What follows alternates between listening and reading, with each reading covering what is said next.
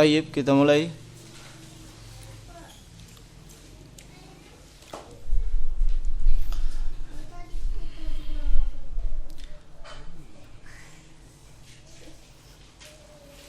Bismillahirrahmanirrahim. Assalamualaikum warahmatullahi wabarakatuh. Innal hamdalillah nahmaduhu wa nasta'inuhu wa nastaghfiruh wa na'udzu billahi min shururi anfusina wa min sayyiati a'malina. May yahdihillahu fala mudilla lahu wa may yudlilhu fala hadiya lahu. Nashhadu an la ilaha illallah wahdahu la syarika lahu wa ashhadu anna Muhammadan 'abduhu wa rasuluhu wa la nabiyya ba'dahu. Ya ayyuhalladzina amanu taqullaha haqqa tuqatih wa la tamutunna illa wa antum muslimun. Ya ayyuhan nas ittaqu rabbakumul ladzi khalaqakum min nafsin wahidah wa khalaqa minha zawjaha wa batha minhuma rijalan katsiran wa nisaa'a. Wattaqullaha alladzi tasaaluna bihi wal arham innallaha kana 'alaikum raqiba. Wa qala ta'ala ya ayyuhalladzina amanu taqullaha wa qulu qawlan sadida yuslih lakum a'malakum wa yaghfir lakum dzunubakum wa man yuti'illaha wa rasulahu faqad faza fawzan 'azima. Amma ba'du. فإن أصدق الحديث كتاب الله جل وعلا وأحسن الهدى هدى نبينا محمد ابن عبد الله صلى الله عليه وعلى آله وسلم وشر الأمور محدثاتها فإن كل محدثة بدعة وكل بدعة ضلالة وكل ضلالة في النار. أعاذنا الله وإياكم جميعا من النار. Ma'asyiral muslimin wal muslimah, ikhwani wa akhwati fillah, rahimani wa rahimakumullah. Alhamdulillah, kita mempersembahkan pujian yang terbaik kepada Allah Subhanahu wa taala. Pujian yang disertai dengan pengagungan dan kecintaan kepadanya. Dialah Allah Subhanahu wa taala satu-satunya yang melimpahkan nikmat kepada kita semua, bahkan kepada setiap makhluk tanpa kecuali. Dan kewajiban setiap makhluk, kewajiban manusia adalah mensyukuri segala nikmat yang datang dari sisi Allah Subhanahu wa taala yang tidak terhitung dan tidak terjumlahkan.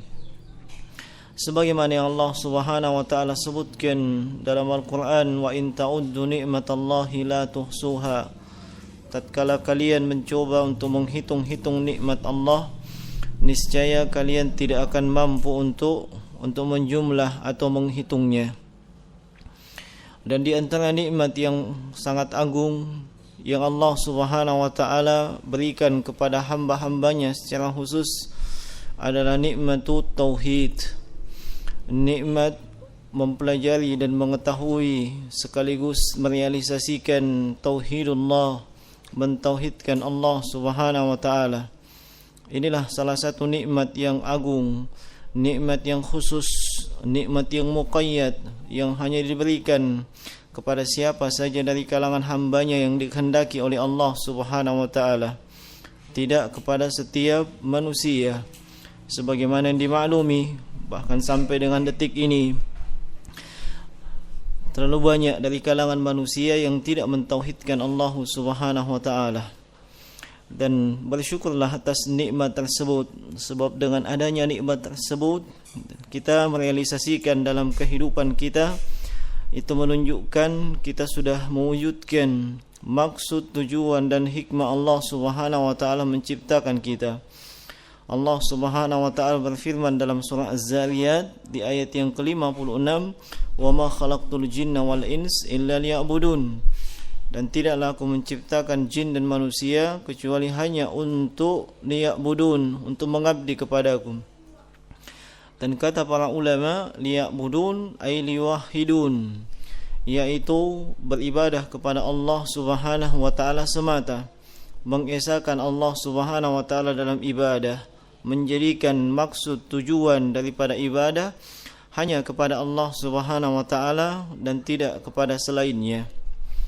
Dengan merealisasikan tauhid itu artinya kita telah mengijabah atau menjawab apa yang diserukan oleh seluruh nabi dan rasul yang Allah Subhanahu wa taala utus untuk menyerukan tauhid. Sebagaimana Allah Subhanahu wa taala berfirman, "Wa laqad ba'atsna fi kulli ummatin rasula an i'budullaha wajtanibut taghut." Dan sungguh kami telah mengutus kepada setiap umat seorang rasul. Tujuannya apa? Untuk beribadah dan mengabdi hanya kepada Allah dan menjauhi segala macam sesembahan yang disembah selain Allah, yaitu at-taghut. Dan secara khusus kita mengikuti Rasulullah Muhammad sallallahu alaihi wa ala alihi wasallam. Inilah jemaah sekalian nikmat yang agung. Olehnya hendaknya kita mensyukuri nikmat tersebut. Kita mengakui nikmat tersebut datang dari sisi Allah Subhanahu wa taala. Kita memuji Allah atas nikmat tersebut dan tentunya kita merealisasikan nikmat tersebut dalam kehidupan kita. Namun untuk mewujudkan atau merealisasikan atau bahasa lainnya mentahqiq nikmatut tauhid dalam kehidupan kita, tentunya kita perlu dan wajib untuk mengetahui apa saja yang terkait dengan persoalan tauhid, hal-hal yang menunjukkan bahawa si hamba itu bertauhid dan menyempurnakan tauhidnya. Olehnya walhamdulillah binikmatihi tatimmus shalihat, sebagaimana yang telah direncanakan sebelumnya. Insyaallah taala di kesempatan pagi hari ini kembali kita melanjutkan pembahasan kita dalam Kitabut Tauhid alladzi huwa haqqullahi 'alal 'abid, yang ditulis oleh Syekh Muhammad bin Abdul Wahhab ibn Sulaiman ibn Ali ibn Muhammad ibn Ahmad At-Tamimi rahimahullahu taala, yang beliau meninggal pada tahun 1153, Syekhul Islam Mujaddid. Dan alhamdulillah kita sudah masuk atau akan memasuki bab yang baru, yaitu bab qauli Allahumma ighfir li in syi'ta, atau bisa juga kita mengatakan babun qaul Allahumma ighfir li in syi'ta, atau bisa juga kita mengatakan bab qaul Allahumma ighfir li in syi'ta. Ini adalah bab yang menjelaskan tentang hukum ucapan Allahumma ighfir li in syi'ta. Ya Allah, ampunilah aku jika engkau menghendaki, ampunilah aku jika engkau mau. Bisa juga dikatakan bahawa bab ini menjelaskan tentang larangan mengucapkan Allahumma ighfir li in syi'ta. Ya Allah, ampunilah jika engkau menghendaki. Naam. Ucapan muallif rahimahullah, Allahumma ini adalah maknanya adalah ya Allah. Naam. Allah, kalau ada kalimat Allahumma yang kita temukan di dalam doa ataupun di dalam hadis-hadis Nabi sallallahu alaihi wasallam, maka itu maknanya adalah ya Allah, dan dihapus an-nida di awal ya dan diganti dengan huruf mim di belakang. Ini disebabkan banyaknya penggunaannya atau seringnya digunakan. Naam, sehingga ya Allah, ya nida di awal itu dihapus dan kemudian diganti dengan huruf mim di belakang. Jadilah Allahumma, maknanya ya Allah. Naam. Ini mengisyaratkan bahwasanya ini adalah doa. Naam, ini adalah doa. Sebab permintaan itu ada 3 bentuk, dilihat dari sisi mana permintaan tersebut. Kalau dari sisi yang rendah kepada yang lebih tinggi, maka itu maknanya adalah doa atau permohonan. Nah, di sini hamba kepada Khalik, kepada pencipta, maka itu adalah doa. Adapun permintaan dari atas ke bawah atau yang lebih tinggi kepada yang lebih rendah, itu bukan doa, tapi itu adalah perintah. Nah, adapun permohonan atau permintaan dari yang selevel tingkatannya atau yang semisal tingkatannya, maka itu adalah iltimas. Nah, itu adalah iltimas. Adapun di sini maknanya adalah doa. Allahumma ighfirli, maghfirah. Maghfirah itu pecahan kata dari kata al-mighfar, jamaknya adalah maghafir, yang maknanya adalah satru ras. Dia penutup kepala yang biasa digunakan oleh tentara yang sedang melakukan peperangan untuk menghindari cedera pada kepala atau menghindari yang namanya senjata yang menusuk kepala. Biasanya disebut dengan apa itu? Helm baja. Nah, itu namanya mighfar dalam bahasa Arab. Mighfar.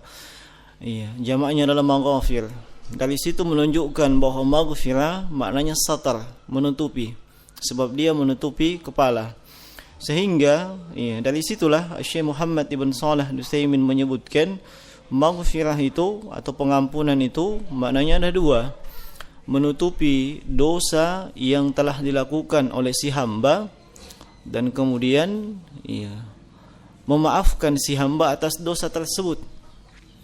Yang namanya maghfirah atau pengampunan, ditutupinya dosa yang dilakukan oleh si hamba.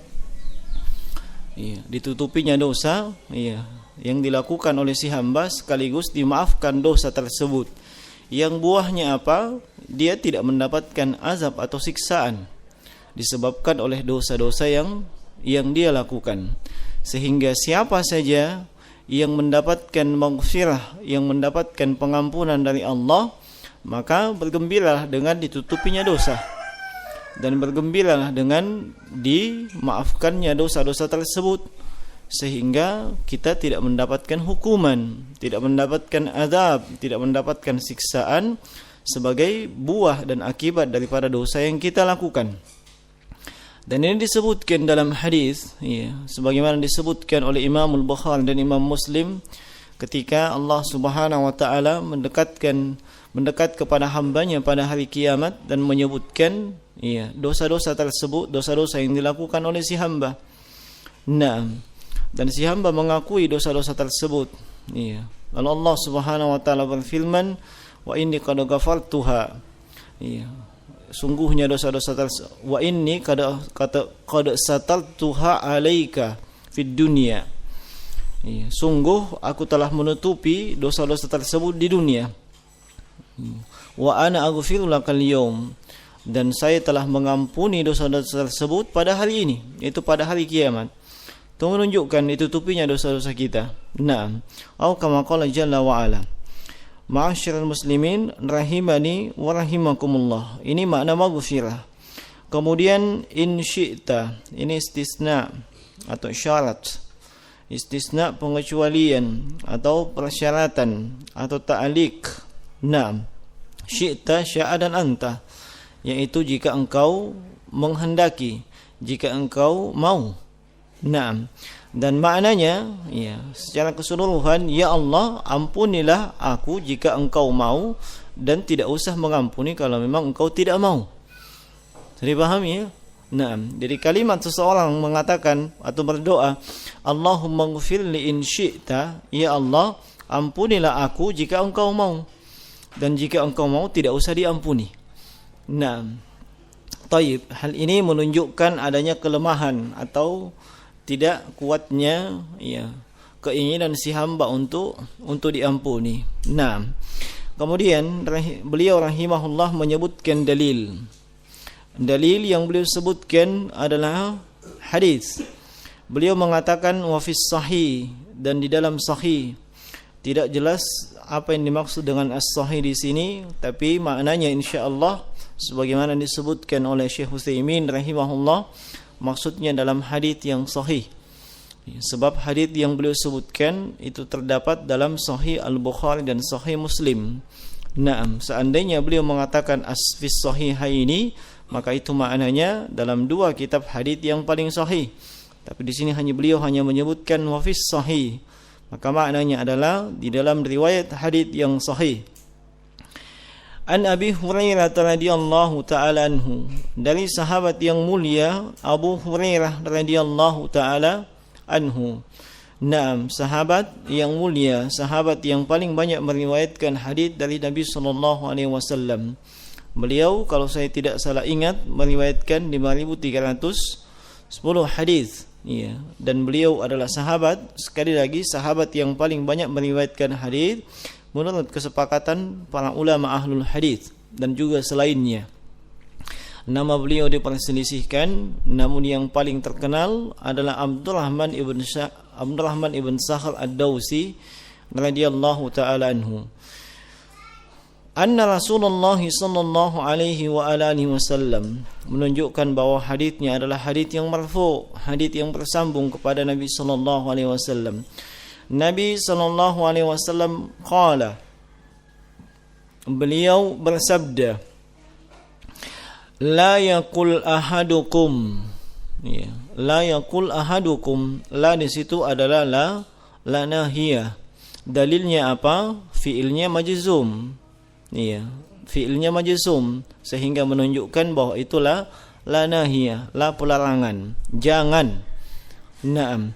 Jangan, iya, salah satu dari kalian mengucapkan atau berdoa. Naam, wa fi riwayatin, dalam riwayat, dalam lafaz yang lainnya Imam Al-Bukhari, dalam lafaz Imam Al-Bukhari yang lainnya disebutkan la yaqulanna dengan tambahan nun taukid atau nun penegasan, yaitu jangan sekali-kali salah satu di antara kalian itu berdoa atau membaca atau mengucapkan Allahumma, sudah lewat penjelasan Allahumma, yaitu ya Allah, Allahumma ghfirli in syi'ta. Naam, Allahumma ghfirli in syi'ta. Naam, Allahumma arhamni in syi'ta. Ya Allah, ampunilah aku jika engkau menghendaki. Kemudian, ya, rahmatilah aku jika engkau menghendaki. Tapi liya'zim al-mas'alah, hendaknya dia bersungguh-sungguh. Hendaknya dia bersungguh-sungguh dalam meminta. Ya, hendaknya dia bersungguh-sungguh dalam al-mas'alah. Al-mas'alah meminta. Nah, ini menunjukkan bahwasanya doanya adalah doa masalah. Naam. Fa innallaha la mukriha lahu, sebab tidak ada yang memaksa bagi Allah Subhanahu wa taala. Tidak ada apapun dan siapapun yang memaksa Allah Subhanahu wa taala. Wali muslimin, dalam riwayat Imam Muslim, wali yu'azzim rahbatahu. Iya, hendaknya dia memperbesar atau menguatkan harapan dan keinginannya. Iya. Fa innallaha la yata'azamuhu syai'in a'tahu, sebab Allah Subhanahu wa taala tidaklah merasa, iya, berat, tidaklah merasa besar, iya, dengan sesuatu yang Allah Subhanahu wa taala berikan. Artinya itu tidaklah sulit bagi Allah Subhanahu wa taala. Naam. Ini hadis yang disebutkan oleh muallif rahimahullah sebagai dalil pada bab ini. Dan kaitannya bab ini dengan Kitabut Tauhid seperti yang disebutkan oleh Syekh Shalih Al-Fauzan di sini. Beliau mengatakan, lamma kana qaulu Allahumma ighfirli in syi'ta yadullu ala futuril raghbah. Tatkala ucapan atau doa Allahumma ighfirli in syi'ta, wahai Allah, ampunilah aku jika engkau menghendaki. Ini yadullu ala futuril raghbah, itu menunjukkan lemahnya atau lesunya harapan dan keinginan. Tidak sepenuh hati, tapi hanya setengah hati. Nah, jika engkau menghendaki, ampuni. Jika engkau tidak menghendaki, tidak apa-apa. Nah, itu kan menunjukkan setengah hati, tidak meyakini. Nah, sekaligus wakilatil ihtimami bil matlub, dan minimnya perhatian, minimnya perhatian terhadap apa yang diminta. Minimnya perhatian terhadap apa yang diminta. Wal istighna'i anillahi min nahiyatin. Di sisi lain, yaitu dari si hamba itu mengisyaratkan bahwa si hamba itu istighna, sebenarnya merasa cukup, merasa tidak butuh. Naam, sebab orang yang membutuhkan dia pasti akan mengucapkan ungkapan atau mengeluarkan ungkapan tanpa menyebutkan pengecualian, tanpa menyebutkan in syi'ta. Nah, jika engkau menghendaki, ya, kalau bahasa kita dalam kehidupan sehari-hari, ya, bantu saya jika memang kamu bisa. Nah, itu kan tergantung kepada kemampuannya seseorang. Ya. Kalau itu artinya dia tidak mengharuskan. Ya. Dia tidak mengharuskan hal tersebut. Jikalau dia mengharuskan, maka dia akan mengatakan, tolong bantu saya, titik. Atau dia mentakkid di awal, tolong bantu saya. Nah, tanpa memberikan persyaratan. Jika Anda bisa, jika Anda mampu, atau jika Anda mau. Iya, itu artinya hal yang dia minta tidak terlalu penting. Iya, tidak terlalu urgen, sebab seandainya itu urgen dia tidak akan mengatakan demikian. Nah, itu menunjukkan bahwa orang yang meminta sebenarnya tidak terlalu membutuhkan. Nah, wa yush'iru bi anna Allah Ta'ala qad yattaruhu syai'. Iya. Dan itu menjadikan seseorang yang meminta merasa, iya, wa yush'iru, merasa bahwasanya Allah itu sulit, iya, yattaruhu syai'un ila fi'li ma yaf'al, sulit dan berat untuk melakukan, ya, sesuatu yang Allah Subhanahu wa taala akan lakukan. Naam, sebab dia mengatakan in syi'ta, jika engkau mau, jika engkau bisa, jika engkau, iya, menghendaki. Itu artinya si hamba atau seorang yang meminta atau orang yang berdoa tersebut, dia merasa hal itu berat, iya, hal itu sulit, iya, dilakukan, iya, oleh siapa yang dia mintai, dan di sini adalah Allah Subhanahu wa taala. Nah, maka kata Syekh Shalih Al-Fauzan, wa fi hadzainil mahdzuraini mudadatun lit-tauhid.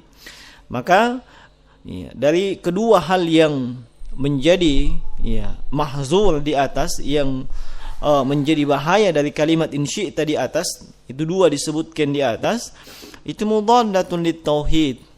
Itu kontradiksi dengan tauhid, bertolak belakang dengan nilai-nilai tauhid. Nah, bertolak belakang dengan nilai-nilai tauhid. Nah, lizalika nasaba aqdu hadzal bab fi kitab tauhid. Oleh karena itulah, iya, bab ini, iya, disebutkan dalam kitab tauhid. Nah, ma'asyiral muslimin rahimani wa rahimakumullah. Itu bertolak belakang dengan tauhid, ya, baik tauhid rububiyah ataupun tauhid uluhiyah dan tauhid asma wa sifat. Nah, Syekh Shalih Al-Utsaimin rahimahullah menjelaskan min jihati rububiyah, dari sisi rububiyah, fa inna man ata bima yash'uru bi anna Allah lahu mukriha lam yakun bi rububiyyatihi ta'ala. Bahwa siapa saja yang merasa bahwa ada yang memaksa Allah, ada yang memaksa Allah, maka itu artinya dia belum menegakkan, ya, tauhid rububiyah. Sebab tauhid rububiyah itu artinya Allah Subhanahu wa taala Maha Kuasa, tidak ada yang menguasainya. Allah Subhanahu wa taala yang menguasai, ya, dan tidak ada yang menguasainya. Tidak ada yang bisa memaksanya. Allah Subhanahu wa taala yang bisa memaksa siapapun. Sebab Allah yang menciptakan, Allah yang menghidupkan, Allah yang mematikan, dan seterusnya. Itu tauhid rububiyah. Nah, dan di antara bentuk kesempurnaan rububiyah, yaitu tidak ada yang memaksa Allah Subhanahu wa taala. Bahkan Allah Subhanahu wa taala dengan kesempurnaan kekuasaannya, dialah yang memaksa. Dialah yang memaksa siapapun yang Allah Subhanahu wa taala kehendaki. Nah, dari sisi si hamba, iya, si hamba merasa cukup, iya, dari Allah Subhanahu wa taala, tidak begitu membutuhkan dengan apa yang dia minta, sebab dia gandengkan dengan in syi'ta. Iya, maka ini kekurangan, iya, dalam tauhid. Iya, kekurangan dalam tauhid, baik itu tauhid uluhiyah, iya, rububiyah, dan asma wa sifat. Seorang yang sudah merasa cukup akan dirinya, iya, tentunya dia tidak membutuhkan Allah Subhanahu wa taala. Dia tidak membutuhkan dari sisi rububiyah, Iya, sebab dia sudah merasa cukup. Iya. Dia sudah merasa cukup. Dan ini sekali lagi kekurangan dalam tauhid. Siapapun dari kalangan hamba, bagaimanapun banyaknya harta benda yang dia miliki, bagaimanapun tingginya pangkat dan jabatan yang ia sandang, status sosial yang ia punyai, maka dia tetap fakir di sisi Allah Subhanahu wa taala. Dia tetap butuh Allah Subhanahu wa taala. Allah Subhanahu wa taala berfirman, "Wallahul ghani wa antumul fuqara." Allah itu yang maha kaya dan kalian itu maha miskin. Kalian paling membutuhkan kepada Allah Subhanahu wa taala. Sebanyak apapun perbendaharaan keduniaan yang dimiliki oleh si hamba, tetap ia sangat butuh kepada Allah Subhanahu wa taala. Sebab tidak ada susahnya bagi Allah Subhanahu wa taala menghilangkan semua fasilitas yang dimiliki oleh si hamba. Begitu mudah Allah Subhanahu wa taala ketika menghendaki si hamba tersebut tidak memiliki apa-apa. Dan begitu mudah bagi Allah ketika menginginkan si hamba itu dimatikan. Hal itu menunjukkan bahwa Allah Subhanahu wa taala itu yang maha kaya, dan tidak membutuhkan hamba. Sebaliknya si hamba itu butuh kepada Allah Subhanahu wa taala. Naam. Ma'asyiral muslimin rahimani wa rahimakumullah.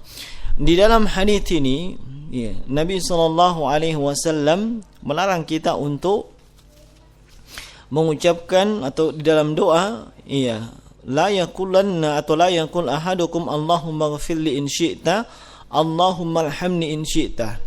Di sini Nabi menggandengkan maghfirah dengan rahmah. Maghfirah dengan rahmah, pengampunan dengan rahmat. Dan ini kalau itu digandengkan antara maghfirah Allahumma ighfirli dengan Allahumma arhamni, maka maghfirah di situ adalah kita memohon pengampunan atas dosa-dosa yang terjadi di masa yang telah lalu atau di masa yang sebelumnya. Adapun rahmat di situ, maka itu maknanya kita memohon kepada Allah diberikan taufik supaya mendapatkan keselamatan atas dosa-dosa yang bisa saja terjadi di masa yang akan datang. Itu kalau digandengkan antara maghfirah dengan rahmat. Dan kedua hal tersebut menunjukkan bahwa syamilnya doa, lengkapnya doa yang dimohonkan oleh si hamba kepada Allah Subhanahu wa taala. Allahumma ighfirli, Allahumma arhamni, ini doa yang paling lengkap. Menunjukkan keselamatan dari segala sesuatu yang tidak menyenangkan, sekaligus mendapatkan apa-apa yang diinginkan. Olehnya kita mendapati banyak doa seperti ini dalam momen-momen penting. Seperti misalnya apa? Ketika berdoa dalam salatul janazah. Allahumma ighfir lahu warhamhu wa'fu anhu. Dan juga seperti dalam doa dalam salat. Doa dalam salat itu apa? Dalam duduk di antara dua sujud, bagaimana doanya? Allahumma ighfirli warhamni. Lihat maghfirah dan rahmat yang digandengkan. Kadang kita hanya baca begitu saja dan tidak memahami makna dan kandungannya. Padahal kalau kedua hal tersebut digandengkan, itu dunia dan akhirat. Keselamatan di dunia dan akhirat, dan mendapatkan apa yang kita inginkan di dunia dan di akhirat. Taib. Ma'asyiral muslimin rahimani wa rahimakumullah. Rasulullah sallallahu alaihi wasallam melarang kita untuk membaca doa dengan bentuk demikian. Kata Syekh Shalih Al-Fauzan hafizahullah taala ketika menyebutkan tentang makna global dari hadis, beliau mengatakan yanha sallallahu alaihi wasallam anit ta'liqi talabil maghfirah war rahmah minallahi ala masyiah. Bahwasanya Nabi sallallahu alaihi wasallam telah melarang dari apa? Ta'liq, memberikan persyaratan. memberikan persyaratan atau menggantungkan permohonan ampun dan rahmat, menggantungkan permohonan ampun dan rahmat dari Allah sesuai dengan kehendak atau sesuai dengan keinginan. Nah, kemudian wa ya'mur bi azmi talabi dunat ta'liq,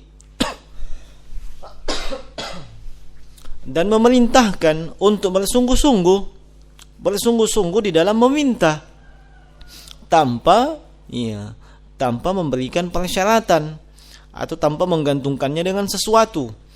Wa yu'allilu zalika bi anna at-ta'liqa talabi min Allah 'ala al-masyi'ah yash'ur bi anna Allah yuskiluhu syai' min hawaiji khalqihi aw yattaruhu syai'un ila qada'iha. Dan kemudian Nabi menyebutkan alasannya, Nabi menyebutkan illah, menyebutkan alasannya bahwasanya memberikan persyaratan dari permohonan kepada Allah Subhanahu wa taala dengan kehendak, dengan kemauan, dengan kehendak atau kemauan atau masyiah, itu menjadikan si hamba merasa bahwa Allah Subhanahu wa taala berat terhadap sesuatu, berat untuk menunaikan hajat makhluknya, atau sulit untuk menunaikan hajat dari makhluknya. Nah, wa hadza khilaful haqq, dan ini menyelisihi atau tidak sesuai dengan kebenaran, sebab tidak ada yang berat bagi Allah Subhanahu wa taala. Semua kebutuhan makhluk itu dipenuhi oleh Allah Subhanahu wa taala. Tidak ada yang berat dan tidak ada yang sulit bagi Allah Subhanahu wa taala, sebab Dialah Allah Subhanahu wa taala yang Maha Kuasa. Yang mencukupi hamba-hambanya. Fa innahu huwal ghani, Dialah Allah yang Maha Kaya. Al-Hamid, yang Maha terpuji. Fa'alul lima yurid, yang melakukan apa saja yang Dia kehendaki. Dan tidak ada yang memaksa Allah Subhanahu wa taala. Tidak ada yang sulit, tidak ada yang berat bagi Allah, dan tidak ada yang memaksa Allah Subhanahu wa taala. Kama yash'uru zalika bi futuril 'abdi fit talabi wastighna'ihi an rabbih. Sebagaimana seorang yang mengatakan in syi'ta tersebut, itu dia merasa bahwasanya keinginannya itu mengandung kelemahan, tidak sepenuh hati, dan merasa dirinya sudah cukup. Makanya dia hanya meminta dengan setengah hati. Dia merasa cukup dari Allah Subhanahu wa taala. Wa huwa la ghaniyun lahu anillahi turfata'in. Padahal si hamba itu sama sekali tidak pernah merasa cukup, walau sekejap mata. Artinya si hamba selalu membutuhkan Allah Subhanahu wa taala. Olehnya di antara zikir pagi yang dituntunkan oleh Nabi sallallahu alaihi wasallam yaitu wala takilni ila anfusina turfatain. Janganlah engkau menyerahkan kepada diri kami ya Allah walaupun sekejap mata. Nah, sebab meskipun sekejap mata kita sangat butuh dengan Allah Subhanahu wa taala. Tidak ada yang bisa kita lakukan, tidak ada yang bisa kita tunaikan tanpa izin Allah Subhanahu wa taala. Meskipun kita berusaha sekuat tenaga, mengerahkan segala potensi yang kita miliki, tapi kalau Allah Subhanahu wa taala tidak menghendaki, Allah tidak mengizinkan, itu tidak akan terjadi. Nah, sehingga kita sangat butuh kepada Allah Subhanahu wa taala. Ma'asyiral muslimin rahimani wa rahimakumullah. Sehingga secara ringkas bahaya dari kita mengucapkan ucapan Allahumma ghfirli in syi'ta, Allahumma arhamni in syi'ta. Allah sama juga dengan doa-doa yang lain yang kalau itu terkait dengan kekuasaan Allah, kita memohon maaf kepada Allah, naam, tapi digandingkan dengan in syi'ta, naam, digandingkan dengan in syi'ta, seperti mereka yang memohon, yang belum menikah, memohon ya Allah, Allahumma zawwijni zawjatan salihatan in syi'ta. Ya Allah, tolong saya dinikahkan dengan wanita soleha, jika engkau mau. Nah, jadi jika Allah mau nikahkan dengan wanita solehah, dicarikan. Kalau tidak mau, tidak apa-apa ji. Itu menunjukkan setengah hati dia meminta. Nah, ada sedikit putus asa di dalamnya. Nah, dan ini tidak boleh. Nah, sebab seharusnya seorang hamba itu menggantungkan sepenuhnya harapan dan impiannya kepada Allah Subhanahu wa taala, disertai dengan menempuh sebab-sebab yang mubah. Disertai dengan menempuh sebab-sebab yang dibolehkan. Itulah makna tawakal. Nah, berusaha menempuh hal-hal yang mubah, sebab-sebab yang dibolehkan, dan kemudian menggantungkan harapannya hanya kepada Allah Subhanahu wa taala dengan sepenuh hati. Dengan penuh kejujuran. Dan tidak mengembalikan kepada kehebatan dia dalam menempuh asbab. Nah, itulah orang yang bertawakal. Itulah orang yang bertawakal kepada Allah Subhanahu wa taala. Nah, itu bisa dikiaskan kepada hal tersebut. Yang jelas kalau terkait dengan kekuasaan Allah Subhanahu wa taala, bermohon kepada kekuasaan yang memang itu adalah di bawah kekuasaan Allah, jangan digandingkan dengan syi'ta. Bahayanya sudah kita sebutkan tadi. Berapa bahayanya disebutkan tadi? Nah, kalau Syekh Muhammad bin Shalih Al-Utsaimin menyebutkan dua dari sisi hadits, dari sisi tekstual hadits, dan satu dari sisi kontekstual hadits. Dari sisi tekstual hadits, ayyashara bi anna Allah lahu mukrih ala syai', bahwasanya seorang yang meminta tersebut merasa bahwasanya ada yang memaksa Allah. Ada yang memaksa Allah atas sesuatu. Nah, dan kalau ada yang memaksa Allah atas sesuatu, itu artinya ada kekurangan dalam rububiyah. Nah, ada kekurangan dalam rububiyah.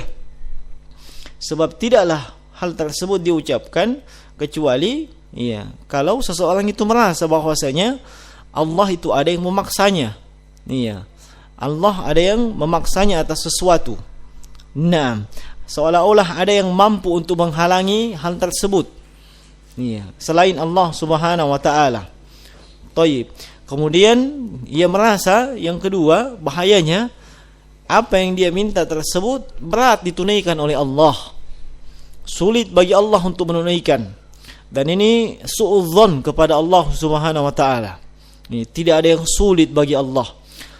Kalau dia merasa hal tersebut mudah bagi Allah, maka tidak usah dia gandengkan dengan insyi'ta, jika engkau menghendaki. Nah, dan yang ketiga itu menunjukkan bahwa orang yang meminta merasa cukup, tidak begitu membutuhkan dengan apa yang dia minta. Naam, in syi'ta, jika engkau menghendaki kasih, jika engkau tidak menghendaki tidak apa-apa. Itu kan tidak begitu penting. Naam, dia merasa bahwa dia telah cukup atau merasa cukup dari Allah Subhanahu wa taala. Dan ini bahaya yang jemaah sekalian. Nah, baik dari sisi rububiyah maupun dari sisi uluhiyah dan asma wa sifat. Nah, hadis ini memberikan kita beberapa pelajaran. Di antara pelajaran yang kita bisa petik dari hadis ini, anna fihi an-nahyu anit ta'liqi talabil maghfirah min Allah bil masyiah wa bayani illati dzalik. Di dalam hadis ini ada larangan. Larangan. Dan larangannya bersifat tegas. Nah, larangannya bersifat tegas. Dan larangannya menunjukkan keharaman. Bukan makruh, tapi diharamkan seperti itu. Nah, setelah kita menyebutkan beberapa bahaya yang terkait dengan kalimat insyi'ta tadi, itu menunjukkan bahwasanya hal tersebut larangannya adalah larangan yang haram. Dari sisi lafaz, seperti yang kita sebutkan tadi dalam lafaz Imam Bukhari yang lain, la yaqulanna, jangan sekali-kali, itu tambahkan dengan nun taukid, nun penegasan. Nah, larangan untuk menggantungkan atau mengaitkan atau mempersyaratkan memohon pengampunan dari Allah itu dengan kehendak. Dan kemudian wabayani illati dzalik, penjelasan alasan atau sebab atau hikmah dari hal tersebut. Nah,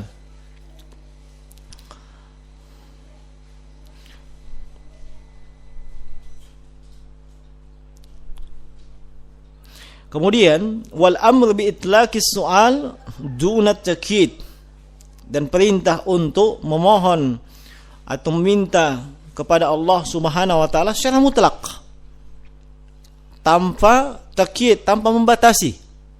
Jadi pahami maksudnya? Meminta secara mutlak tanpa membatasi. Di sini berdoa, Allahumma ighfirli in syi'ta. Dia akan membatasi dengan in syi'ta. Tidak usah dibatasi. Nah, tapi cukup meminta secara mutlak. Iya, itu menunjukkan keyakinan si hamba. Nah, kemudian tanzihullahi amma la yaliku bihi. Ini juga hadis ini juga menunjukkan, yang memberikan kita faedah atau pelajaran, mensucikan Allah amma la yaliku bihi, pada apa-apa yang tidak pantas bagi Allah Subhanahu wa taala. Iya, yang pada apa-apa yang tidak pantas, iya, bagi Allah. Apa yang tidak pantas disandarkan kepada Allah, yaitu kita merasa bahwasanya Allah berat menunaikan hajat kita. Iya, bahwasanya Allah ada yang memaksa Allah Subhanahu wa taala. Naam. Dan bahwasanya kita sebagai hamba merasa cukup. Iya, itu tidak pantas bagi Allah, tidak pantas sandarkan bagi Allah. Ya. Di sisi lain doa tersebut juga menunjukkan su'udzon, buruknya persangkaannya kepada Allah Subhanahu wa taala. Ya, wa adamul yakin, tidak adanya keyakinan yang penuh kepada Allah Subhanahu wa taala bahwa Allah Maha mampu. Ya. Kemudian wasa'atu fadlihi, ya, keluasan keutamaannya, wa kamalu ghinahu, ya, sempurnanya kekayaannya, dan juga kesempurnaan karamuhu wa jauduhu Subhanahu wa ta'ala, kesempurnaan kekayaan, kemuliaan dan kedermawanan Allah Subhanahu wa ta'ala. Kemudian jemaah sekalian, ya, secara hadis ini juga menunjukkan kepada kita adab dalam berdoa. Adab dalam berdoa ketika kita meminta dan memohon kepada Allah, jangan memberikan persyaratan. Nah, jangan memberikan persyaratan. Jika engkau mau ya Allah, jika engkau menghendaki.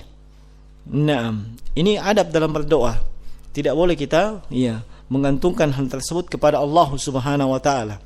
Dan sebagai pelengkap dalam pembahasan ini, sebab mungkin disebabkan kita jarang mendapatkan hal-hal yang terkait dengan adab-adab dalam berdoa, maka kita akan menambahkan adab-adab yang lainnya. Iya, adab-adab yang lain terkait dengan masalah doa. Iya. Sebab bisa jadi di antara kita itu tidak banyak mengetahui hal tersebut. Naam.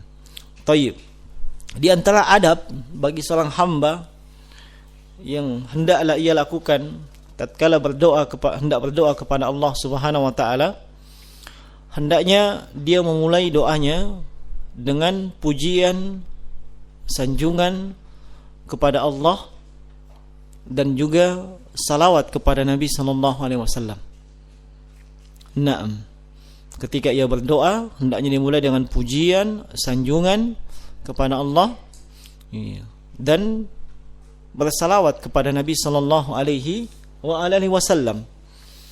Pujian dan sanjungan kepada Allah itu bisa dengan ucapan alhamdulillah, juga dengan membaca al-asmaul husna, yang kita ketahui dan sebaiknya dikaitkan dengan apa yang kita minta.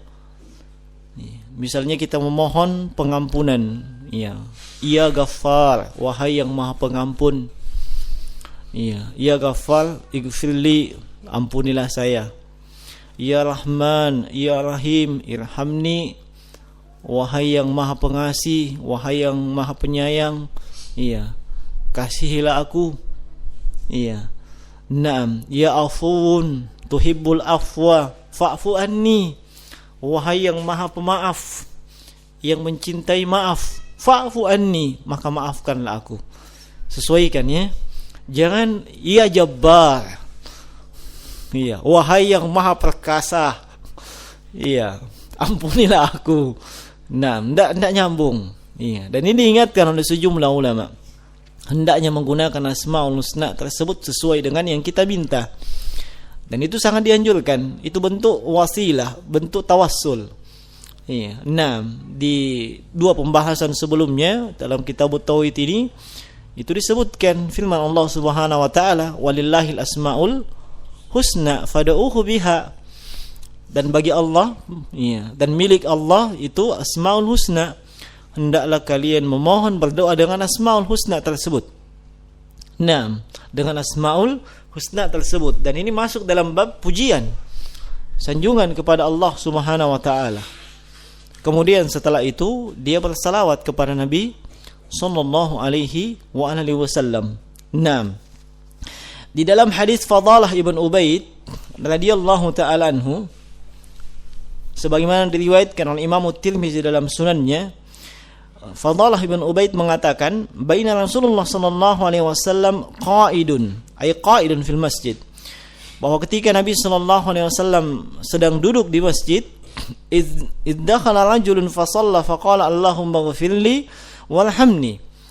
Ketika Nabi sedang duduk di masjid, tiba-tiba ada orang masuk yang melaksanakan salat. Setelah itu setelah salat langsung berdoa, Allahumma ighfirli warhamni, ya Allah ampunilah aku dan rahmatilah aku.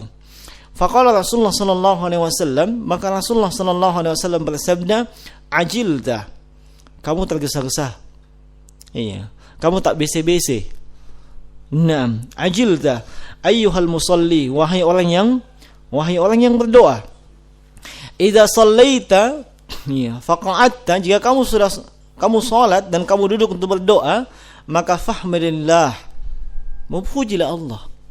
Ya, fahmadillah bima huwa ahluhu, sesuai dengan yang layak dan pantas, ya, untuk Allah Subhanahu wa taala. Wa shalli alayya, dan bersalawatlah untukku.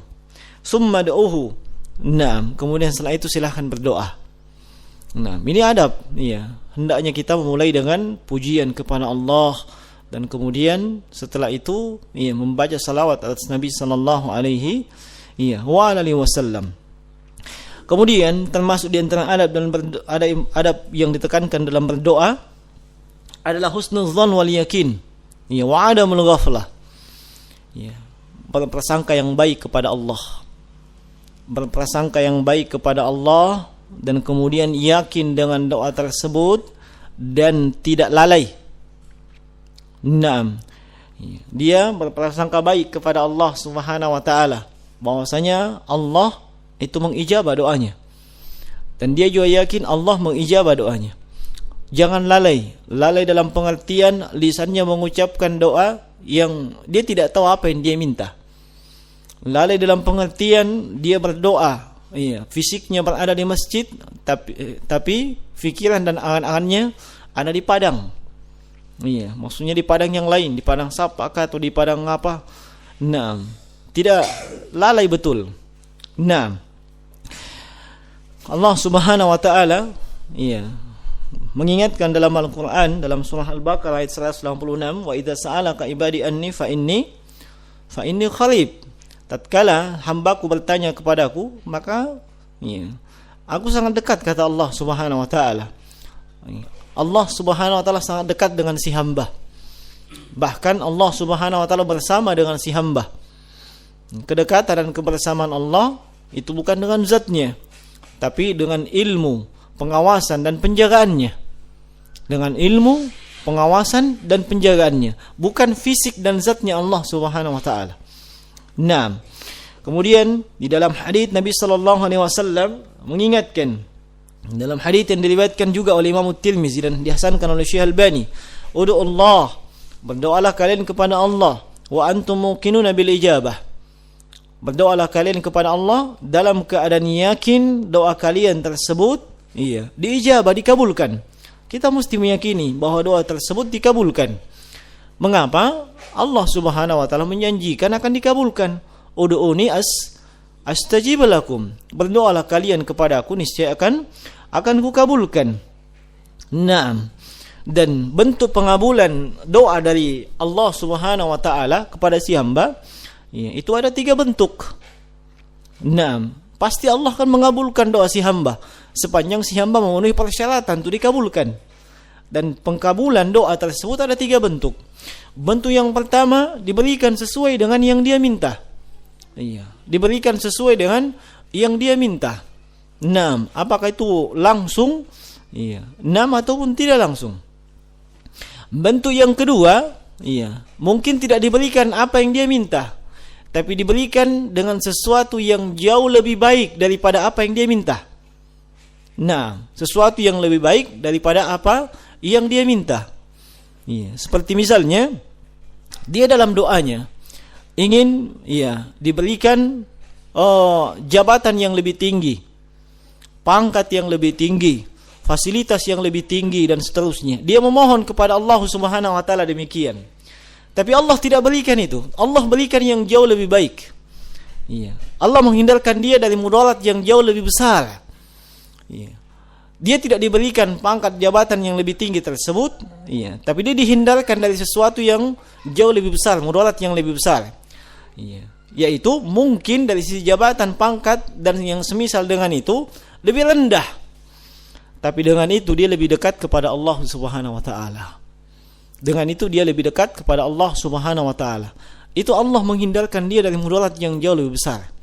Sebab bisa jadi ketika pangkat jabatan dan fasilitasnya meningkat, dia semakin jauh dari Allah. Iya. Dahulunya ketika dia masih staf biasa rendahan, iya, tidak pernah absen 5 waktu di masjid. Begitu sibuk, begitu naik pangkat jabatannya dan fasilitasnya, bisa dihitung jari dia berada di masjid. Dulu ketika masih biasa, alhamdulillah majelis taklim dalam sepekan, iya, absennya tidak pernah ada B, bolos. Iya. Tidak pernah ada A, alpa. Iya, ataupun S, sakit, tidak ada. Iya. Tapi ketika naik pangkat jabatan dan fasilitasnya, iya, atau lebih hebat lagi daripada itu, iya, kebanyakan isi absen majelis taklimnya, iya, kalau bukan A, alpa, B, bolos, tidak ada yang sakit. Nah, itu dia dihindarkan dari musibah yang jauh lebih besar. Apa musibah yang paling besar? Musibah pada agama. Nah, musibah pada agama yang kadang orang tidak paham dengan hal tersebut. Dia maunya diberi sesuai dengan yang dia minta. Padahal Allah Maha tahu apa yang paling layak dan cocok untuk kita. Nah, apa yang paling pantas untuk kita. Kita tidak diberikan sesuai dengan yang kita minta, tapi kita dihindarkan dari mudarat yang jauh lebih besar. Nah, itu kenyataan dan realita yang kita saksikan dalam kehidupan keseharian kita. Bahkan dalam tataran di lingkungan kita sendiri, di kalangan ikhwah, dahulu, iya, ketika dia masih bekerja dengan baik, subhanallah, hadir majelis ta'lim dan seterusnya. Begitu tidak bekerja lagi dan dianggap itu jauh lebih baik, lebih mendatangkan penghasilan yang besar dan seterusnya, iya, susah untuk menghadiri majelis ta'lim lagi. Dulu ketika penghasilan pas-pasan, iya, masih ngikut-ngikut sama orang lain dan seterusnya, iya, diperintah kiri kanan oleh orang lain, subhanallah, 5 waktu, Senin 5 waktu tidak pernah alfa, Senin Kamis juga demikian, majelis taklim, iya, pasti selalu hadir. Begitu diberikan peningkatan dan seterusnya, bisa dihitung jari kehadirannya. Itu kan musibah dalam agama. Iya, musibah dalam agama. Yang Nabi SAW berdoa, wala taj'al musibatana fi dinina. Ya Allah, jangan jadikan musibah itu menimpa agama kami. Sebab itu musibah yang dahsyat, musibah yang besar. Tidak sama dengan musibah keduniaan. Nah, musibah keduniaan paling lama dampak negatifnya kita rasakan sampai kita mati, sampai kita masuk di dalam kubur. Tapi kalau musibah terkait dengan agama, itu panjang urusannya, panjang persoalannya, sampai di hari kemudian, sampai di alam akhirat. Nah, itu sekali lagi kadang tidak disadari oleh sebahagian kaum muslimin, termasuk sebagian ikhwah-ikhwah kita. Nah, sehingga hendaknya ketika dia berdoa memohon sesuatu dan itu tidak diberikan kepadanya, hendaknya dia berhusnuzon kepada Allah, bahwasanya Allah memberikan dia dengan sesuatu yang jauh lebih baik daripada apa yang dia minta. Dia terhindar dari mudarat dan bahaya yang lebih besar, yang seandainya diberikan apa yang dia minta, dia bisa terjatuh ke dalam mudarat dan bahaya tersebut. Ini bentuk pengabulan yang kedua. Bentuk pengabulan yang ketiga, adalah diberikan apa yang dia minta itu di akhirat. Di akhirat, bukan di dunia ini. Nah, sehingga ini memberikan harapan kepada ikhwah-ikhwah kita, ya, yang mungkin saat ini belum sempat menikah di dunia, insyaallah nanti di akhirat dia akan dinikahkan. Nah, tergantung dia mau masuk di mana. Nah, tergantung dia mau masuk di mana. Ya. Kalau dia masuk di surga, dinikahkan dengan hurun ain, dengan bidadari surga. Kalau dia masuk neraka, ya enggak tahu dinikahkan dengan siapa. Nah, demikian pula dengan ikhwah-ikhwah kita, iya. Nah, yang memang mungkin punya semangat atau cita-cita terpendam. Nah, semangat dan cita-cita terpendam, ingin menambah bukan momongan, tapi ingin menambah istrinya dan seterusnya. Mungkin cuma terpendam dalam hati. Iya, dia panjatkan melalui doa-doanya. Iya. Nah, keinginan-keinginan tersebut dia memohon kepada Allah. Mungkin Allah tidak kabulkan di dunia, tapi bisa Allah kabulkan di akhirat. Iya. Sebab Allah Subhanahu wa taala menjanjikan bagi kaum mukminin yang masuk ke dalam surga itu dengan apa? Dengan bidadari surga. Nah, dengan bidadari surga itu kan sudah lebih daripada bentuk poligami. Makanya ketika antum berdoa, iya, menyampaikan kepada Allah maksud dan keinginan yang terpendam tersebut, tetap saja berdoa, yakin kepada Allah itu dikabulkan. Tapi mungkin bukan saat di dunia, tapi di akhirat. Nah, dan bagi ibu-ibu tidak usah cemburu. Iya, tidak usah marah dan seterusnya. Nah, sebab kalau di dunia ini saja mereka enggan, ogah untuk suaminya berpoligami, masa di akhirat juga ogah dan enggan? Nah, itu sudah kelewatan sekali. Kalau biar di akhirat juga, iya, dia enggan untuk dipoligami. Padahal itu ketentuan Allah Subhanahu wa taala. Nah, kemudian di antara adab dan etika juga dalam berdoa adalah bersungguh-sungguh wal azmu wa adamut ta'liq. Nah, ini yang terkait dengan hadis kita ini ya. Iya, dia bersungguh-sungguh, memiliki tekad azam yang kuat dan tidak memberikan persyaratan, tidak memberikan istisna atau pengecualian dengan insyita atau yang semisal dengan itu. Nah, sebagaimana hadis yang telah kita sebutkan dalam bab ini. Kemudian di antara adab dan etika dalam berdoa adalah al-i'tirafu bidzunub, mengakui dosa-dosa sebelum kita memohon atau meminta keinginan kita. Iya, kita mengakui dosa-dosa kita, kita mohon ampun atas dosa-dosa tersebut di hadapan Allah Subhanahu wa taala. Nah, sebagaimana Nabi sallallahu alaihi wasallam, beliau bersabda bahwasanya innallaha la ya'jabu minal 'abdi idza qala la ilaha illa anta inni qad zalamtu nafsi faghfirli dzunubi innahu la yaghfiru dzunuba illa ant. Qala 'abdi arafa anna lahu rabban yaghfir wa yu'aqib. Nah, Allah Subhanahu wa taala kagum terhadap seorang hamba ketika si hamba mengatakan la ilaha illa anta, tidak ada ilah yang berhak diibadahi kecuali engkau, ya Allah. Sungguh qad zalamtu nafsi, sungguh aku telah menzalimi diriku. Pengakuan terhadap dosa. Nah, kita mengakui bahwa kita melakukan dosa. Faghfirli, maka ampunilah aku ya Allah. Faghfirli dzunubi, ampunilah dosa-dosaku. Iya, innahu la yaghfiru dzunuba illa ant. Sebab tidak ada yang bisa mengampuni dosa kecuali engkau ya Allah. Maka Allah Subhanahu wa taala berfirman, "Abdi arafa anna lahu rabban yaghfir wa yu'aqib." Hambaku tersebut mengetahui bahwa dia memiliki Rabb yang Rabb tersebut mengampuni, dan juga memberikan hukuman. Maka diijabah doa tersebut dengan tersebut. Kemudian di antara adab dan etika, bagi seseorang yang hendak berdoa kepada Allah Subhanahu wa taala adalah mengulang doa tersebut. Jangan bosan. Jangan hanya dibaca sekali dua kali, dia ulang terus. Nah, Abdullah bin Mas'ud radhiyallahu taala anhu menceritakan, falamma qada Nabi sallallahu alaihi wasallam salatahu rafa'a sautahu thumma da'a alaihim wa kana idza da'a salasan wa idza sa'ala salasan thumma qala Allahumma 'alaika bi Quraisy Allahumma 'alaika bi Quraisy Allahumma 'alaika bi Quraisy. Hadis ini diriwayatkan oleh Imam Bukhari dan Imam Muslim. Kata Abdullah bin Mas'ud, setelah Nabi sallallahu alaihi wasallam menyelesaikan salatnya, beliau pun berdoa dengan mengangkat suara beliau. Nah, beliau pun berdoa dengan mengangkat suara beliau. Dan beliau ketika berdoa da'a salasan, yakni beliau ketika meminta, beliau mengucapkannya sebanyak 3 kali. Dan ini isyarat bolehnya kita atau dianjurkannya kita mengulang-ulang doa tersebut. Jangan bosan. Iya, jangan bosan. Iya. Bahkan di antara bentuk seseorang dikatakan istijal, tergesa-gesa, tak biasa-biasa dalam berdoa, kalau dia mengatakan wa qad da'autu wa lam yustajab li. Saya sudah berdoa, saya sudah memohon, sudah berdoa, tapi belum dikabulkan. Ini termasuk tergesa-gesa. Iya, termasuk tergesa-gesa. Nah, etika dan adabnya kita meminta, diulang-ulang permintaan tersebut kepada Allah Subhanahu wa taala dengan ilha. Apa itu ilha? Dengan merengek. Iya, dengan merengek.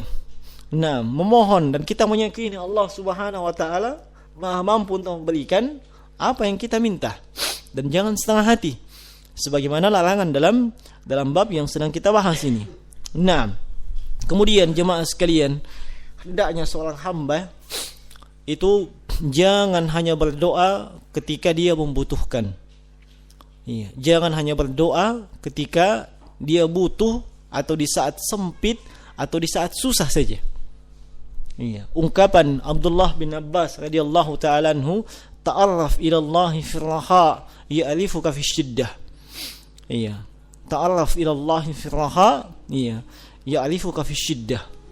Berusahalah untuk mengenal Allah Subhanahu wa taala di saat lapang. Di saat lapang. Di saat kita dipenuhi dengan fasilitas. Maka ya'rifuka fi shiddah. Allah Subhanahu wa taala itu akan mengenalimu di saat kesulitan, di saat kesempitan. Nah, Abu Hurairah radhiyallahu anhu menceritakan bahwa Rasulullah sallallahu alaihi wasallam bersabda, "Man sarrahu ay yastajiba Allahu lahu 'inda asy-syada'idi wal kurbi, falyuksirid du'a fi raha." Barang siapa, kata Rasulullah, yang menginginkan untuk dikabulkan doanya ketika ia dalam kondisi atau ia dalam saat kesulitan, kesempitan dan kesusahan, siapa yang ingin dikabulkan doanya di saat susah, sempit dan berat, maka falyuksir du'a fi raha, hendaklah dia berdoa di saat dia sedang lapang. Hendaklah dia memohon di saat dia sedang senang, di saat sedang bahagia, di saat sedang lengkap fasilitas dan seterusnya. Dan tolong dipahami dengan baik, memohon atau berdoa di sini, tentunya doa itu ada 2 macam. Ada dengan lisanul maqal, dengan lisanul hal. Berdoa dengan lisan kita, seperti tadi Allahumma ghfirli warhamni, bisa juga dengan amalan kita. Amalan soleh yang kita lakukan, apapun itu, baik yang wajib ataupun yang sunnat, itu hakikatnya adalah berdoa. Hakikatnya adalah berdoa. Bagaimana bentuk doanya? Kita melakukan itu, memang kita tidak mengucapkan Allahumma ghfirli, Allahumma arhamni, tapi kita menginginkan dari amalan yang kita lakukan diberi pahala. Kita menginginkan dari amalan yang kita lakukan dinaikkan derajat di sisi Allah. Kita menginginkan dari amalan yang kita lakukan dihapus dosa-dosa. Itu yang kita inginkan dalam amalan-amalan ibadah kita, dan itu hakikatnya doa. Makanya itu disebut dengan doaul ibadah oleh para ulama. Doa ibadah, bukan lisannya yang memohon, tapi amalannya. Amalannya yang menjadikan dia itu disebut sebagai doa. Adapun doa yang berikutnya atau doa yang bentuk kedua, doa masalah, doa permintaan. Itulah yang sering kita baca, Allahumma ghfirli, Allahumma arhamni, dan yang semisal dengan itu.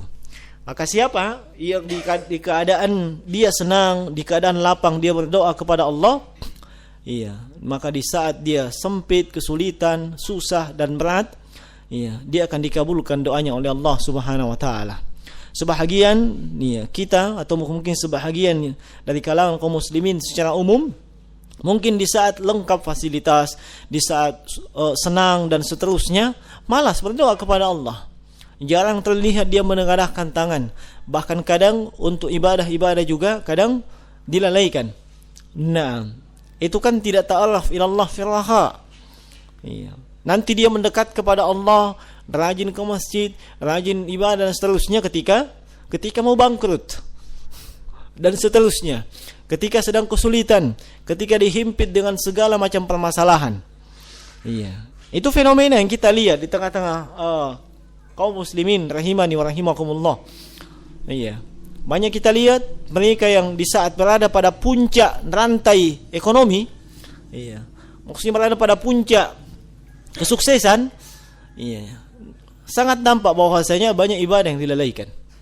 Iya. Tapi begitu mengalami penurunan, bahkan sangat turun drastis, jatuh terjerembab, barulah kelihatan di masjid.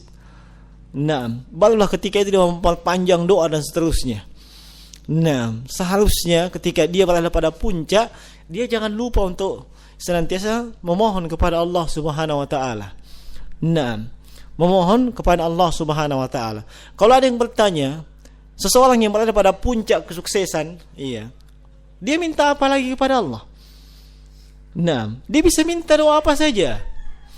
Dia bisa minta kepada Allah sesuatu yang jauh lebih baik dibandingkan apa yang dia miliki. Iya, dia bisa minta taufik, hidayah, kemudian tidak terjatuh ke dalam kesesatan, iya, tidak terfitnah dengan fitnah harta, fitnah dunia, fitnah wanita dan seterusnya. Nah, dia memohon itu kepada Allah Subhanahu wa taala. Jangan dikira bahwasanya seseorang yang berada pada puncak kesuksesan, dia tidak butuh apa-apa lagi. Iya. Apapun keadaan si hamba, dia masih sangat butuh kepada Allah Subhanahu wa taala. Apapun keadaan si hamba tersebut, dia sangat butuh, iya, kepada Allah Subhanahu wa taala. Olehnya, di saat kita sukses, di saat kita senang, bahagia dan yang semisal dengannya, hendaknya kita, iya, berdoa dan memohon kepada Allah Subhanahu wa taala. Maka di saat kita mendapatkan kesulitan, kesusahan dan berat dalam kehidupan, itu akan dikabulkan doa kita oleh Allah Subhanahu wa taala. Kemudian jemaah sekalian, antara adab dan etika yang dalam berdoa adalah hendaknya seorang hamba tersebut menghadap ke kiblat dalam keadaan berwudu. Menghadap ke kiblat dalam keadaan berwudu. Memang perkara ini hukumnya adalah sunnat. Iya. Perkara ini adalah hukumnya sunnat. Tapi iya, kita jangan remehkan. Kita jangan sepelekan, apalagi melalaikan hal tersebut dengan menghadap ke kiblat. Itu kebiasaan Nabi sallallahu alaihi wasallam dalam berdoa. Ya, adapun masalah wudu itu bukan persyaratan pokok. Seseorang bisa berdoa kapan saja meskipun tanpa disertai dengan wudu. Namun lebih sempurna dan lebih baik ketika ia berwudu. Naam. Ia memohon kepada Allah dalam keadaan dan kondisinya sedang suci. Iya, atau dalam keadaan sedang bertohalah atau setelah bertohalah. Kemudian antara adab dan etika dalam berdoa adalah mengangkat tangan. Mengangkat tangan. Naam, mengangkat tangan kita di saat kita berdoa. Terkait dengan masalah mengangkat tangan, itu banyak disebutkan dalam hadits Nabi sallallahu alaihi wasallam. Baik bentuknya itu perbuatan Nabi yang diceritakan oleh para sahabat bahwa Nabi sallallahu alaihi wasallam mengangkat kedua tangan beliau, ataupun sabda Nabi sallallahu alaihi wasallam secara langsung, ataupun pembenaran ikrar dari Nabi sallallahu alaihi wasallam. Yang jelas pada kesimpulannya mengangkat tangan itu termasuk disyariatkan dalam berdoa. Bahkan itu termasuk di antara salah satu syarat dikabulkannya doa dengan mengangkat tangan. Nah, hanya saya jemaah sekalian terkait dengan mengangkat tangan, ini perlu kita pahami bahwasanya tidak selamanya kita mengangkat tangan dalam berdoa. Iya. Adapun rinciannya sebagaimana disebutkan oleh Syekh Al-Allamah Muhammad bin Shalih Al-Utsaimin rahimahullah, bahwasanya kalau kita mendapatkan dalil bahwa doa tersebut mengangkat tangan, maka yang zahir dari dalil tersebut kita mengangkat tangan ketika berdoa. Nah, bisa dipahami ya? Ketika kita mendapatkan dalil hadits Nabi sallallahu alaihi wasallam dalam sebuah doa beliau mengangkat tangan. Maka yang zahir di situ disyariatkan kita mengangkat tangan meneladani Nabi sallallahu alaihi wasallam. Seperti ketika doa kunut witir. Begitu pula dengan doa kunut nazilah. Begitu pula dengan doa salat istisqa, doa ketika di Safa, doa ketika di Marwah. Iya, dan doa ketika di padang Arafah. Itu mengangkat tangan seluruhnya. Nah, seluruhnya itu mengangkat tangan. Keadaan yang kedua, iya, doa yang tidak disebutkan dalam dalil bahwasanya iya, itu tidak mengangkat tangan. Iya. Tidak disebutkan bahwasanya mesti mengangkat tangan. Maka dalam keadaan seperti ini itu tidak perlu kita mengangkat tangan. Tidak perlu kita mengangkat tangan. Seperti doa apa misalnya? Doa khutbah Jumat mengangkat tangan. Nah, doa dalam salat, doa dalam sujud, doa dalam tahiyat akhir, ya, doa ketika duduk di antara dua sujud, itu kan ada doa semua di situ. Itu kan tidak perlu mengangkat tangan, sebab tidak disebutkan dan tidak diperintahkan ketika itu mengangkat tangan. Nah, iya, termasuk doa tidak mengangkat tangan ketika doa apa itu? Masuk WC, keluar WC. Kalau masuk masjid, iya, nah, keluar masjid juga demikian. Kalau didatangi oleh istri, nah, itu juga tidak mengangkat tangan. Iya, ini memang tidak diperintahkan untuk mengangkat tangan. Ini kondisi yang kedua. Kondisi yang ketiga, iya, dalil tidak menunjukkan, iya, dalil tidak menunjukkan apakah diperintah mengangkat tangan atau tidak. Tidak ada isyarat mengangkat tangan dan juga tidak ada isyarat untuk tidak mengangkat tangan. Maka pada kondisi ini, iya, kita kembali kepada kaidah asal. Kaidah asalnya apa? Mengangkat tangan. Ini termasuk adab dalam berdoa. Ini poin yang pertama. Poin yang kedua, posisi mengangkat tangan. Posisi mengangkat tangan dalam berdoa itu ada 3 bentuk. Iya, ada 3 bentuk. Posisi yang pertama,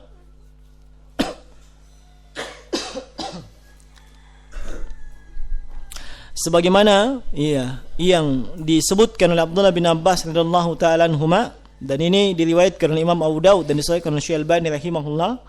Ada posisi disebut dengan al-mas'alah. Iya, posisi mas'alah yaitu meminta atau berdoa antar fa yadaik hazwa mankibaika au nahwahuma. Anda mengangkat tangan, iya, dan Anda mengangkat tangan sejajar dengan apa? Pundak atau yang semisalnya. Maksudnya begini, satu jenjang begini tuh, pundak dan leher lah maksudnya. Nah, itu doa umum atau itu mengangkat tangan secara umum, iya, sejajar dengan pundak. Nah, dan beberapa riwayat yang dikuatkan dan disebutkan oleh Syekh Abdul Razak Al-Badr hafizahullah dalam kitab beliau Fiqhul Adiyah wal Adhkar, itu beliau menguatkan dhammul yad atau dhammul kaf, maksudnya mengumpulkan 2 jari, 2 telapak tangan. Beliau condong kepada hal tersebut, mengumpulkan 2 telapak tangan. Nah, ketika iya berdoa dan mengumpulkan 2 telapak tangan, itu beliau jelaskan, yaitu telapak tangan menghadap ke atas, bukan saling menutupi. Ya, bukan saling menutupi. Iya, telapak tangan menghadap ke atas, punggung itu ke bawah. Iya. Nah, sebab ada saya lihat, iya, banyak orang berdoa itu model-modelnya beda-beda. Ada yang begini, iya, betul, sahih. Ada yang begini. Iya, ini kan memang menghadap ke atas telapaknya. Punggungnya menghadap ke mana? Ke samping. Iya, padahal punggungnya harusnya menghadap ke bawah. Nah, menghadap ke bawah. Ada juga yang berdoa, ya, di antara apa namanya, pelutnya. Ada juga yang subhanallah hanya di lututnya. Iya. Nah, ini yang ya seperti kata Syekh Albani rahimahullahu taala, iya, beliau menyebutkan bahwa mayoritas kaum muslimin ini di masa hidup beliau, ya, mayoritas kaum muslimin di saat ini, kata beliau ketika beliau masih hidup, itu kebanyakan mereka melakukan ibadah sesuai dengan maunya. Iya, sesuai dengan keinginannya, dan sesuai dengan kebiasaannya. Iya, bukan disesuaikan dengan tuntunan Rasulullah sallallahu alaihi wasallam. Itu fenomena ketika beliau masih hidup. Iya. Nah, yang beliau sangat lantang dalam menyuarakan sunnah dan sangat lantang membantah bid'ah dan pelakunya. Apalagi sekarang yang beliau sudah meninggal. Iya. Nah, beliau sudah meninggal. Tentunya semakin jauh kita dari zamannya Islam yang terbaik, maka semakin banyak namanya penyimpangan. Iya, sebagaimana kita semakin jauh dari zaman sahabat, tentunya semakin banyak kebidahan. Iya, dan semakin kurang daripada ulama di zaman kita, maka tentunya semakin kurang pula yang memberikan peringatan, semakin kurang pula yang namanya ilmu. Iya, dan itulah fenomena akhir zaman. Nah, maka hendaknya kita menghindari hal-hal seperti itu. Iya, itu juga menunjukkan ketidakihtimaman kita, ketidakperhatian kita akan doa. Yang penting berdoa. Iya. Nah, tidak full hatinya, alias setengah hati dalam berdoa. Iya. Itu banyak kita saksikan tengah-tengah kaum muslimin. Dan yang seperti ini hendaknya dinasihati dengan baik. Iya. Kita nasihati dengan baik dan jangan dinasihati di tengah-tengah umum, ya. Iya. Kalau bisa dinasihati ketika Anda sedang berdoa. Iya, bahwa berdoa itu begini modelnya dan seterusnya. Nah, kalau antum hafal riwayatnya Abdullah bin Abbas, sampaikan. Iya, bahwa beginilah posisi berdoa secara umum, mengangkat tangan sejajar dengan pundak dengan mengumpulkan kedua tangan, telapak tangan menghadap ke atas, punggung tangan menghadap ke bawah. Ini posisi yang pertama dalam mengangkat tangan. Posisi yang kedua adalah posisi istighfar. Iya, mengangkat tangan dan itu disebut dengan posisi istighfar. Iya, yaitu dengan bi'asabi, dengan satu jari. Iya, dengan satu jari. Iya, itu mengangkat satu jari sebelah kanan. Iya, dan ini adalah pada posisi ketika kita berdoa dalam khutbah Jum'ah. Iya, begitu juga dalam tasyahud. Kenapa ketawa? Dalam tasyahud. Nah, iya. Tapi jangan diangkat begini ketika tasyahud. Apalagi sambil ditambah dengan digoyang-goyangkan, semakin parah nanti itu. Nah, iya. Berisyarat dan beliau berdoa, Nabi SAW berdoa dengan jari beliau, dengan isyarat jari beliau. Ini posisi istighfar, yaitu antusyira. Iya. Antusyira bi'asbi wahidatin. Kemudian posisi yang ketiga al-ibtihal. Al-ibtihal ini fi halati syiddah. Maksudnya mengangkat tangan dengan setinggi-tingginya. Ketika dalam kondisi yang sempit, kondisi yang betul-betul membutuhkan pertolongan. Kondisi yang betul-betul kita ingin dikabulkan hajat tersebut atau kondisi emergensi. Inilah yang diceritakan di dalam hadis bahwa Nabi SAW mengangkat kedua tangan beliau sampai kelihatan putihnya ketiak beliau. Saking tingginya beliau mengangkat tangannya ke langit. Iya, saking tingginya beliau mengangkat tangannya ke langit. Nah, sudah paham ya posisi mengangkat tangan? Taib. Dan paham juga bahwasanya tidak selamanya kita mesti mengangkat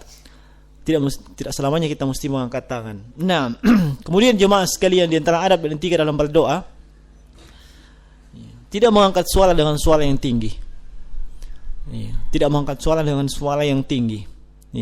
Surah Allah Subhanahu wa taala sebagaimana Nabi sallallahu alaihi wasallam sebutkan ketika menegur mereka yang berzikir dan berdoa dengan mengeraskan suara. Sungguhnya Allah Subhanahu wa taala itu bukan zat yang tuli. Tapi Allah Subhanahu wa taala zat yang tentunya dia akan cari waktu di mana pimpinan tersebut tidak sibuk. Dan melihat kondisi dan kemudian berfirman, siapa yang meminta akan diberi, siapa yang berdoa akan dikabulkan, siapa yang mohon ampun akan diampuni. Nah, tidak usah membeban diri dengan seperti yang biasa dilakukan oleh sebahagian orang yang takalluf. Itu sepertiga malam terakhir. Kalau di sini begitu. jam sekian. Tapi di belahan dunia yang lain, di Eropa dan seterusnya, iya. Nah, itu sama saja membandiri. Tidak usah pusing dengan hal tersebut. Nah, itu hal-hal yang tidak mendatangkan manfaat bagi si hamba. Hendaknya diamalkan sesuai dengan apa yang datang dari Allah Subhanahu wa taala. Syekh Muhammad Ibn Shalih Al-Utsaimin tatkala beliau memberikan ta'liq terhadap hadis tersebut, iya, beliau mengatakan itu termasuk doanya orang kafir.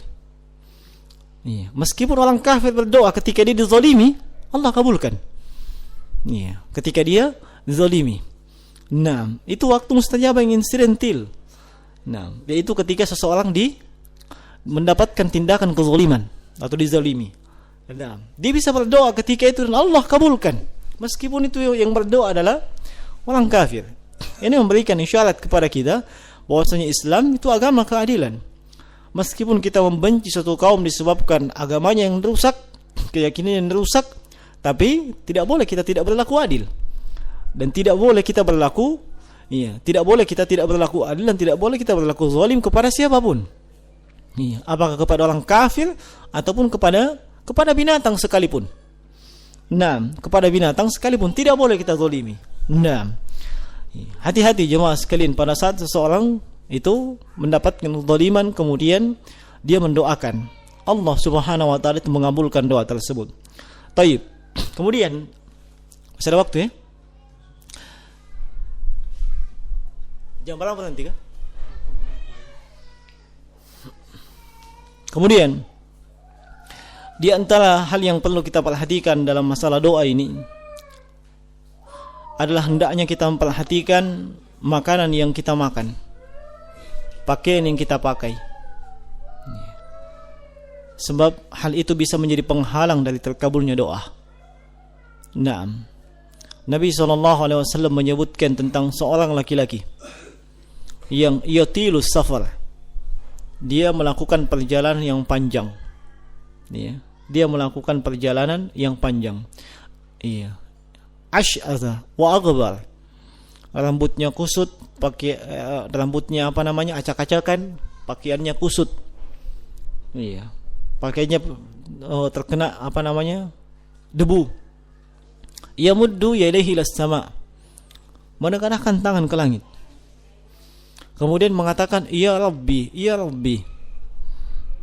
Tawassul kepada Allah Subhanahu wa taala. Nah, tapi ternyata doanya tidak dikabulkan. Iya. Kenapa? Nabi sebutkan, iya, wa mat'amu haramun. Makanan yang masuk ke dalam dirinya, dalam tubuhnya, makanannya itu makanan yang haram.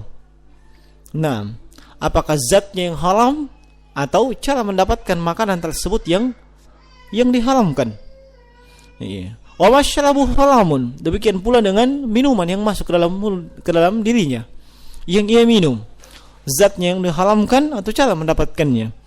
Iya. Wa malbasu haram. Pakaian yang dia pakai, apakah zatnya yang memang diharamkan untuk digunakan atau cara mendapatkan pakaian tersebut?